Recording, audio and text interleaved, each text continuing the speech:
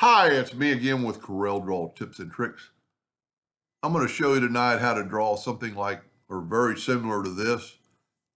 Each time you do it, it's going to be a little bit different, but it's pretty cool. If we take a rectangle, hold down the control button, make a perfect square, grab the shape tool and hold down the control button and just grab these two nodes and you're making that shape right there. Now what we want to do, we want to take and go to effects and contour it just one time the inside, like 0.23. Now we got a perfect contour around it.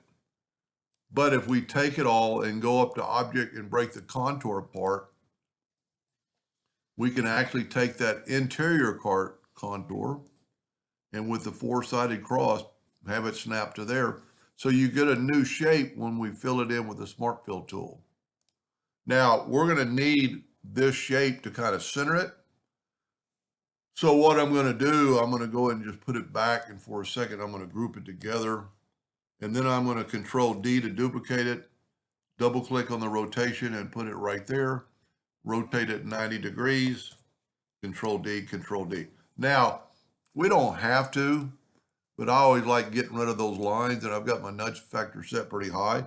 So I've got to break everything apart, select it all, go up to Object, Group and Ungroup, and then we can move these. If we just move them twice, we'll still be able to see the other lines to delete. And we can grab these now and just delete them.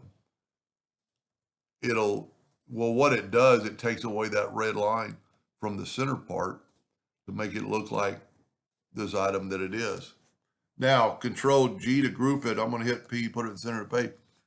And for some reason, it looks so much better at a 45-degree angle.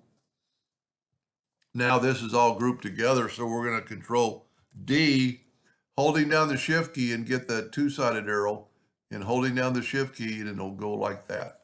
So now, if you select it, you can see we have two objects. We're going to open up the Blend Docker, go to Effects, Blend, and we'll do them that 6 times again and see how it looks.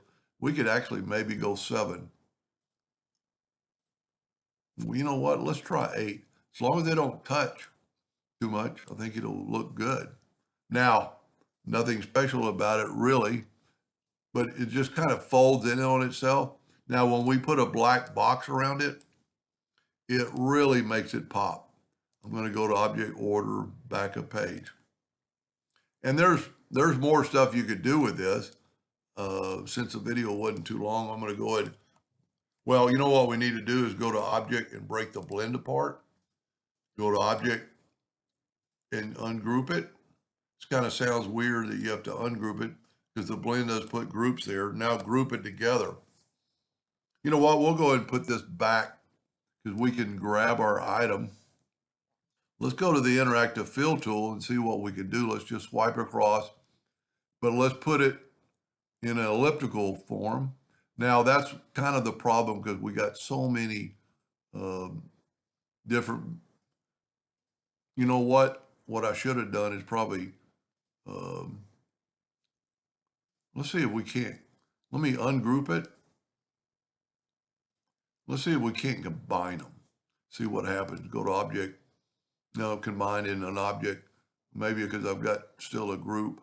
Let's ungroup all. Now let's take this, go to that. There we go, combine. Now let's see what it looks like. Doesn't change it any, but now if we use the interactive fill tool, swipe across and use the, there we go, that's what we wanted. And then you can expand that out. And I mean, look at the difference. And it's almost going to be better like it was. Let's put a little darkness in the center and maybe add a little bit of red midway, and you can move that over. So it's just giving it a little bit different look. Anyway, hope that gave you some ideas, and thank you for watching.